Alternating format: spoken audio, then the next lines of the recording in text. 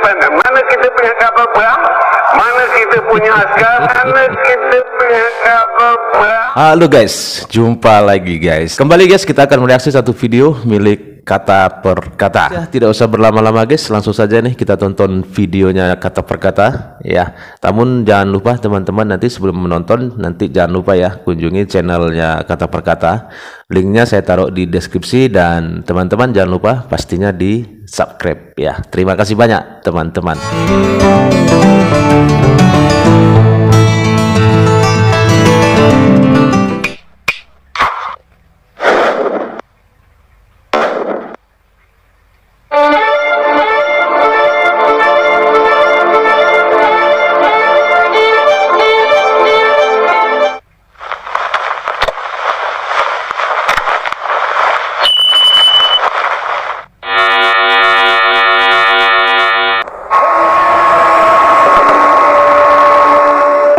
Itu mengikut kajian saya ialah orang yang datang ke tempat tinggi ataupun orang yang menetap penempatannya di tempat tinggi. Perkataan Ur itu adalah tempat tinggi. Banjaran Titiwangsa itu adalah pulau-pulau kecil tu. Sebab Banjaran Titiwangsa itu duduk dalam laut. Sebab itu kalau nak cari sejarah orang Melayu kuno, kena pergi ke atas bukit tu. Kenapa dekat situ? Sebab kawasan tinggi, dia orang tak boleh nak duduk kat bawah ni. Penempatan yang berlaku adalah di sepanjang Banjaran Titiwangsa. Sebenarnya banyak makam-makam di atas sana.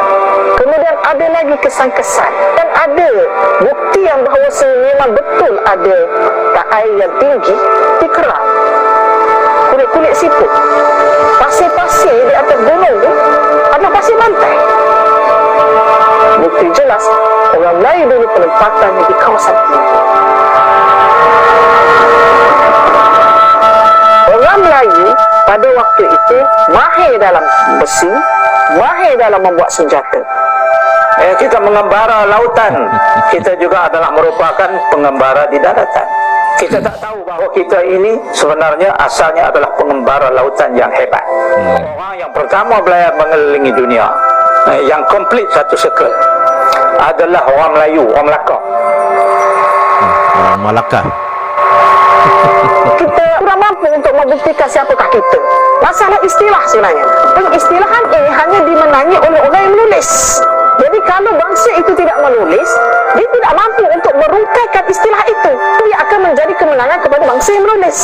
Justru bangsa yang menulis, tanah air kita ini bangsa Eropah. Orang lain tulis pasal kita. Tak kepelik. Sepatutnya kita lah tulis pasal diri kita. Kalau kita perhatikan ya, Malaysia ini kan sama sekali jarang memiliki manuskrip-manuskrip ya yang bersejarah tentang masa lalunya. Ya kan, aslinya mereka ini bingung ya kan. Apa yang mau diceritakan oleh mereka tentang kehebatan mereka di sana? Karena memang apa-apa tidak ada. Apa-apa tidak ada. Bukti-bukti sejarah tidak ada. Peninggalan-peninggalan sejarah ya di negara mereka sana, di tanahnya mereka sana itu tidak ada sama sekali. Apa? Justru peninggalan-peninggalan bersejarah itu semua tersebar di negara kita, di bangsa kita ini. Makanya pantaslah mereka ini kita sebut seorang pendongeng sejati ya.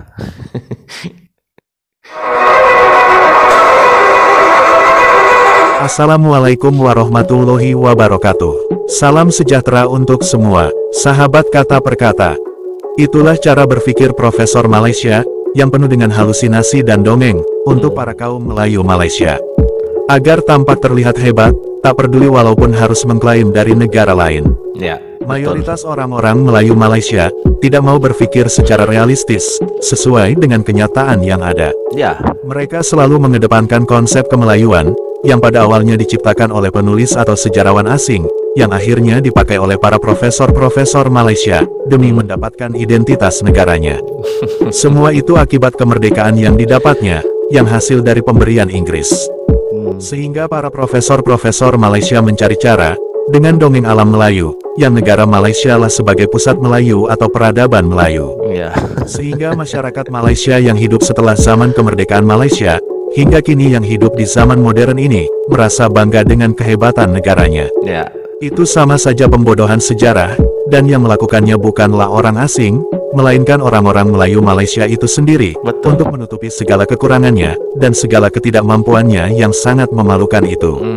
Karena kaum Melayu Malaysia, para pendahulu mereka itu adalah kaum pecundang, kaum yang takut dengan peperangan, kaum pengkhianat Nusantara yang sesungguhnya.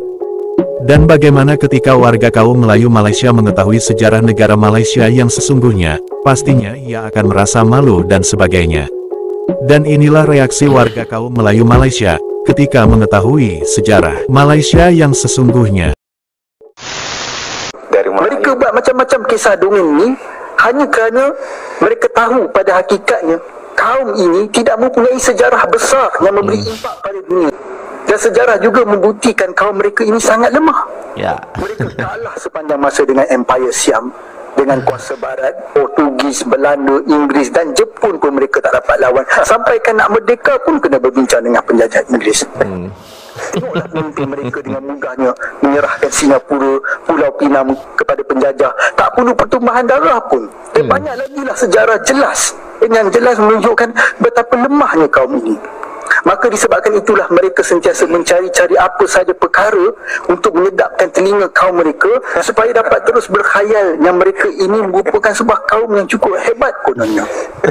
Alangkah baiknya kalau para sejarawan dan agamawan kaum ini mendidik kaum mereka untuk terokai dunia yang luas ini, belajar dari Ini salah satu orang Malaysia yang tahu ya, tahu diri. Jaga kebersihan dan sebagainya kan jauh lebih baik daripada menghayalkan kaum ini yang kebanyakannya tidak suka membaca, tidak suka berfikir, apatah lagi mengkaji. Oh gitu ya. Saya benar-benar kasihan dengan para pemimpin dan masyarakat kaum ini. Keluarlah dari dunia khayalan. When the British go, if I British, I go. Saya nak independen, nak senang. Hati dibeli. Saya tidak beli hati, tapi banyak orang saya tahu orang beli orang. Dia nak minta merdeka. Kita pula tak nak minta merdeka. Kita minta lepas, kita nak jadi independen, tapi apa? Apa kita nak independen? Mana kita punya kapal perang? Mana kita punya askar? Mana kita punya kapal perang? Mana kita punya askar? Mana kita punya itu plane yang boleh mengentam kalau musuh datang? Mundur British. Ini lagi, kalau saya British, saya kata, I go. Sultan Sir Ibrahim. Don't forget and mark my word. That I can eat. Apa ya, cara ngomongnya udah ke barat-baratan ya guys, ke Inggris-Inggrisan ya. Next, somebody will coming and Wajahnya pun wajah-wajah blasteran kayaknya ya. I know. Dan dari sini juga kita tahu ya bahwa sebenarnya banyak orang-orang Malaysia itu sebenarnya tidak mau ya membaca dan tidak mau mengkaji ya. Terungkap semua ya dari sini ya. Padahal mereka selama ini gembar-gembor mengatakan bahwa mereka itu adalah orang-orang pintar ya, ber-IQ tinggi ya, kita di bawah mereka IQ-nya. Tapi kenyataannya sebenarnya mereka tidak seperti itu. Ya, ini orang Malaysia sendiri yang mengatakan bahwa sebenarnya mereka itu orang-orang Malaysia itu tidak mau membaca dan tidak mau mengkaji apapun itu. Ya, pokoknya mendengar menurut mereka itu hebat dan membanggakan kaumnya, ya diterima saja, langsung telan bulat-bulat. Padahal referensinya entah dari mana. Pokoknya asal mengungkit kehebatan kaum mereka, bangga, terima saja, telan bulat-bulat, itu sudah oke, sip katanya. Ternyata ya. Oke guys ya, sampai di sini dulu videonya. Kalau menurut teman-teman seperti apa nih, kasih komentar ya. Dan terima kasih teman-teman sudah menonton. Sampai ketemu lagi di video-video selanjutnya. Tetap semangat, salam sukses.